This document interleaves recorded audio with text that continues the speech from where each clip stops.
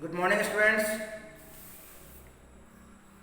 हम लोग चैप्टर 12 का रिवीजन कर रहे हैं। जो चैप्टर हमारा है agriculture and live stock. Last class में हम लोगों ने चर्चा की थी एग्रीकल्चर के बारे में, डिफरेंट टाइप ऑफ क्रॉप्स के बारे में, जिसमें हम लोगों ने कल सेरियल क्रॉप्स, कैश क्रॉप्स और बेवरेज क्रॉप्स की बात की थी। आज हम लोग बात करेंगे फाइबर क्रॉप्स की। फाइबर क्रॉप्स जिसमें नेचुरल फाइबर की बात करेंगे, कॉटन और जूट नेचुरल फाइबर कहलाता है। Cotton is a fibre crop. Cotton grows well in black soil. Gujarat and Maharashtra are the leading states in growing cotton. Natural fibre के रूप में कॉटन और जूट को हम लोग नेचुरल फाइबर कहते हैं, प्लांट फाइबर भी कहते हैं इसको। कॉटन की खेती जो है बड़े पैमाने पे होती है महाराष्ट्र और गुजरात जैसे राज्यों में, और इसके लिए सबसे उपयुक्त जो मिट्टी होती है वो ब्लैक सॉइल है, काली मिट्टी। काली मिट्टी में यानी ब्लैक सॉइल में इसकी खेती अच्छे से होती है ना। गुजरात और महाराष्ट्र के अलावा हरियाणा, पंजाब, मध्य प्रदेश, कर्नाटका और तमिलनाडु में भी कपास की यानी कॉटन की खेती की जाती है, और इसका इस्तेमाल हम लोग कॉटन के कपड़े बनाने में, सूती कपड़े बनाने में इसका इस्तेमाल किया जाता है। ठीक है। Cotton fibre is obtained from cotton plants and that are used to make cotton clothes. दूसरा जो आपका फाइबर क्रॉप्स है उसमें जूट आता है। Jute is a fibre crop like cotton. Jute requires alluvial soil to grow. Cotton की खेती के लिए ब्लैक सॉइल उपयुक्त है, लेकिन जूट की खेती के लिए अलुवियल सॉइल।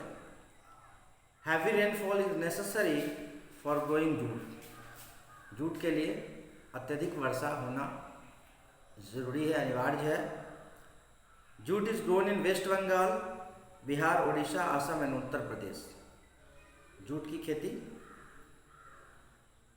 बिहार, उड़ीसा, सबसे पहले वेस्ट बंगाल, उसके बाद बिहार, उड़ीसा, असम और उत्तर प्रदेश जैसे राज्यों में होती है।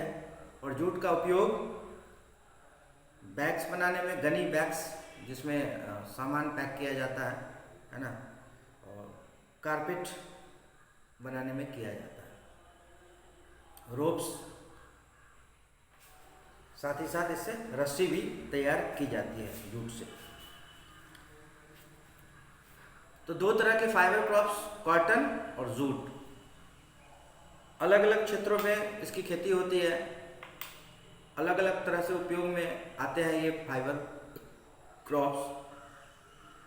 कॉटन के लिए ब्लैक सॉइल जरूरी है, यानी ब्लैक सॉइल वाले क्षेत्र में, काली मिट्टी जिन क्षेत्रों में है वहाँ पे यह इसकी खेती होती है। और जूट के लिए जो है एलुवियल सॉइल उपयुक्त मिट्टी है। कॉटन, महाराष्ट्र और गुजरात जो है लीडिंग स्टेट है भारत का कॉटन ग्रो करने के मामले में, यानी कॉटन की खेती के मामले में। उसके अलावा भी और भी कई राज्य हैं जिसमें हरियाणा, मध्य प्रदेश, कर्नाटका, तमिलनाडु आदि आते हैं, जहाँ पे कपास की खेती, कॉटन की खेती होती है।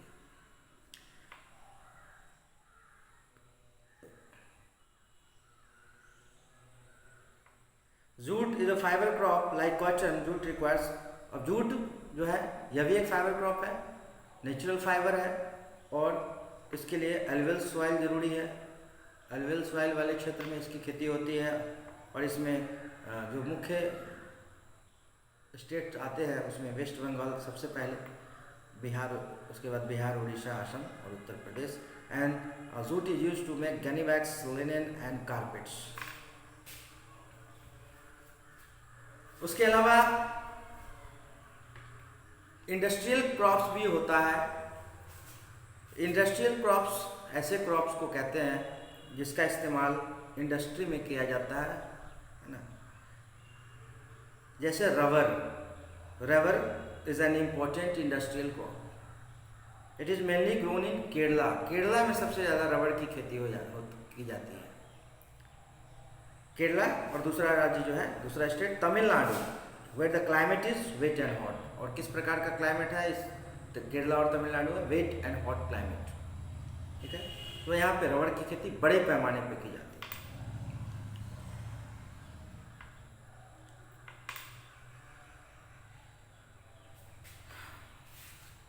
तो हम लोगों ने बात की डिफरेंट टाइप ऑफ क्रॉप्स के बारे में, जिसमें आपका serial crops, cash crops, beverage crops, fibre crops और लास्ट में industrial crops.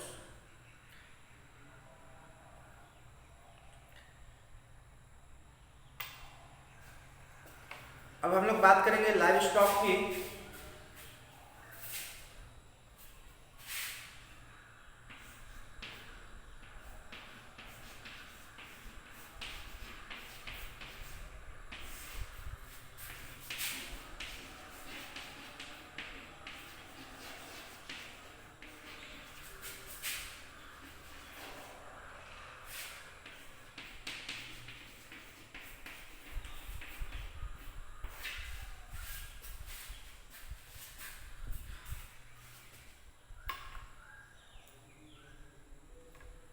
Livestock, the domestic animals which can be tamed. The domestic animal which can be tamed are termed as livestock.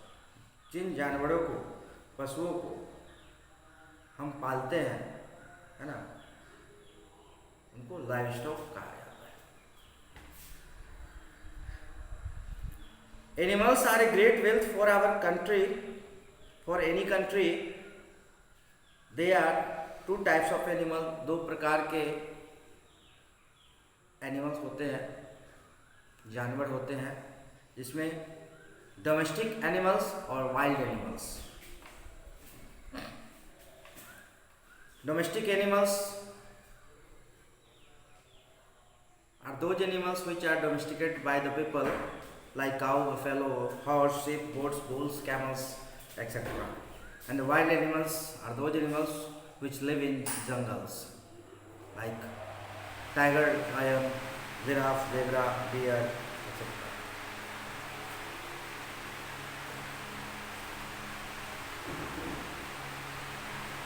The domestic animals which can be tamed are termed livestock. We can divide them. Domestic animal को दो part में, दो group में divide किया जाता है। एक होता है load carrying animals, and the second one is food giving animals.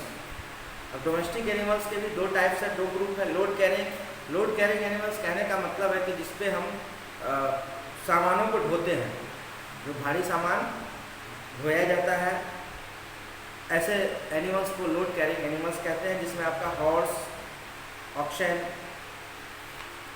Camels, mules, donkeys, elephants इत्यादि आते हैं। ये load carrying animals, they are used to carry heavy loads.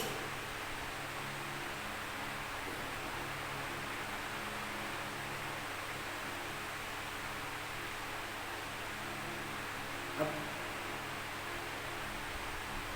पुराने समय में बैलगाड़ी का इस्तेमाल ज़्यादा होता था, है ना, क्योंकि और जो आवागमन की सुविधाएं हैं जो वो नहीं थी, जिस वजह से लोग बैलगाड़ी का इस्तेमाल करते थे।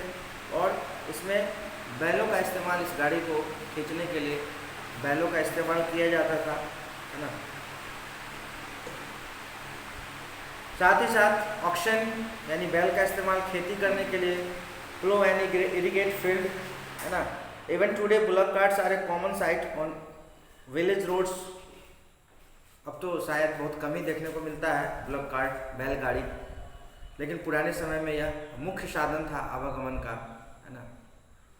एक जगह से दूसरे जगह जाने के लिए लोग बैलगाड़ी का इस्तेमाल करते थे। कैमल्स जो है डेजर्ट के लिए बहुत ही यूजफुल है। कई सारी खासियत है कैमल्स की, जिसमें कि वो काफ़ी दिनों तक वो लंबे समय तक बिना पानी के सरवाइव करते हैं।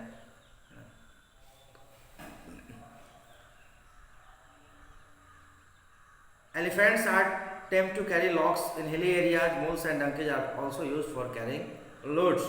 तो ये लोड कैरिंग एनिमल्स। दूसरा जो ग्रुप है एनिमल्स का, डोमेस्टिक एनिमल का, वो है फूड गिविंग एनिमल, जिनसे हम भोजन प्राप्त करते हैं, जैसे गाय यानी काऊ, बफेलो, शिप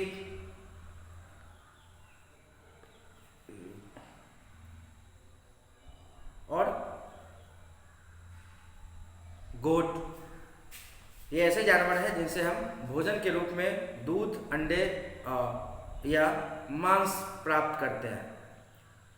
ऐसे एनिमल को फूड गिविंग एनिमल्स कहा जाता है ना।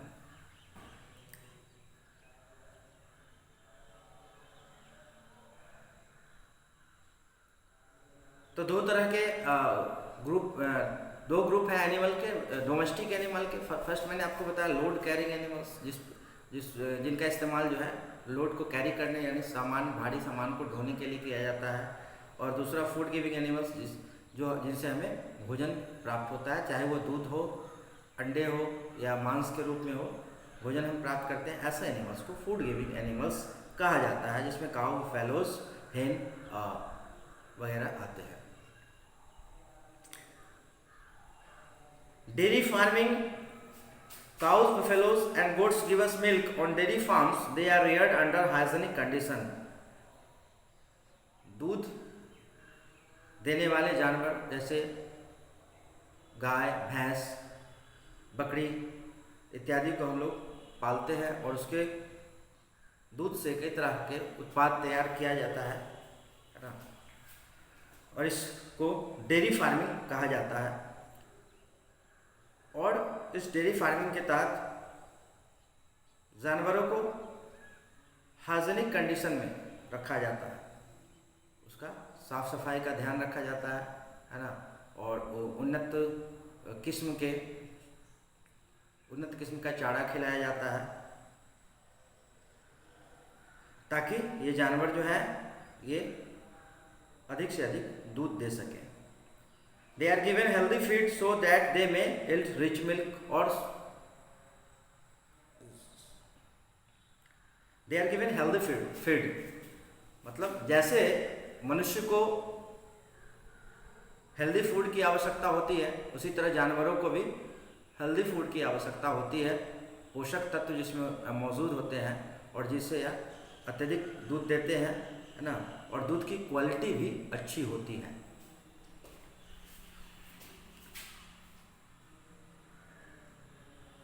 अमूल के बारे में मैंने बताया था। अमूल आनंद मिल्क यूनियन लिमिटेड, है ना, आनंद गुजरात में एक स्थान है आनंद, जहाँ पे स्थापना हुई थी 1946 में। अमूल कंपनी की स्थापना हुई थी जो डेयरी के मामले में अग्रणी है भारत में। It initiated a dairy cooperative movement in India and called the white revolution. दूसरा अमूल के बाद जो है भारत में जिसका स्थान है वो है mother dairy, is another cooperative society which deals in dairy products. Dairy products के मामले में दूसरा जो है डेयरी वो है मदर डेयरी, जिसकी शुरुआत दिल्ली में की गई थी। Mother Dairy was set up under the Operation Flood programme in Delhi.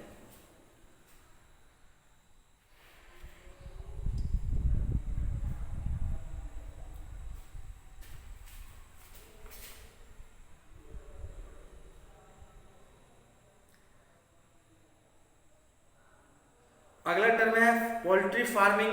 Besides dairy farming, poultry farming is also encouraged by the government. Poultry farming is the practice of raising poultry. Poultry मतलब chickens, turkeys and ducks, है ना। Poultry farming के तहत chicken, Turkey's और ducks को पाला जाता है for the purpose of obtaining there meet और एग्स।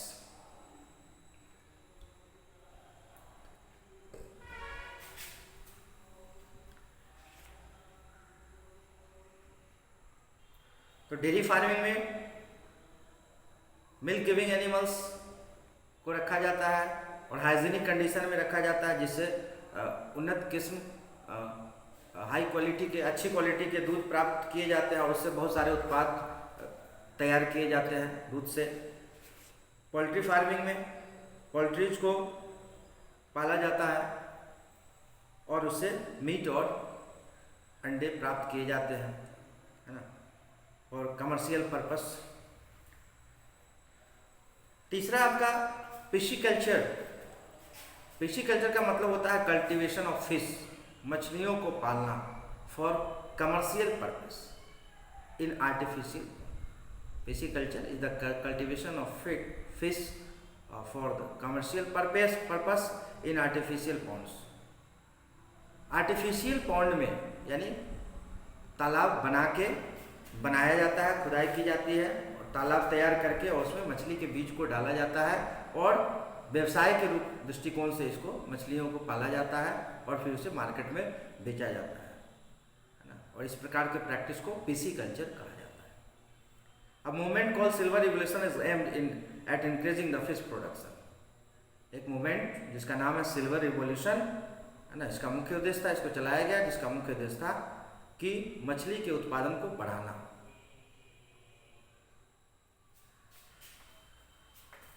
तो हम लोगों ने आज के क्लास में चर्चा की दो तरह के crops, fibre crops, industrial crops. बाकी हम लोगों ने लास्ट क्लास में बाकी और भी जो क्रॉप्स थे उसके बारे में पढ़ा था।